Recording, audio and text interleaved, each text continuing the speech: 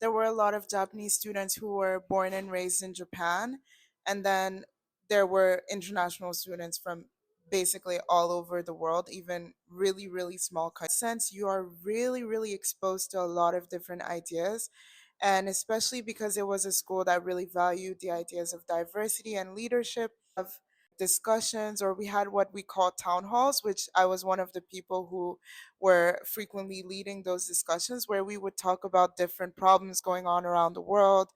Let's say like economic crisis in Venice, Black History Month, things like that. So you definitely are more prepared to later on go to, let's say, a university in the international environment, or whatever you want to do that isn't necessarily in Japan.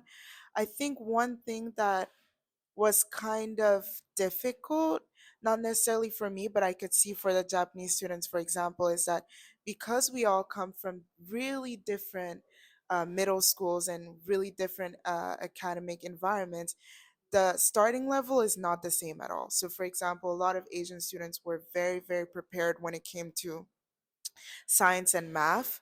I couldn't say the same coming from a French educational background, levels in English, but the education was all in English. So I'd say that was more of a disadvantage for a lot of the Japanese.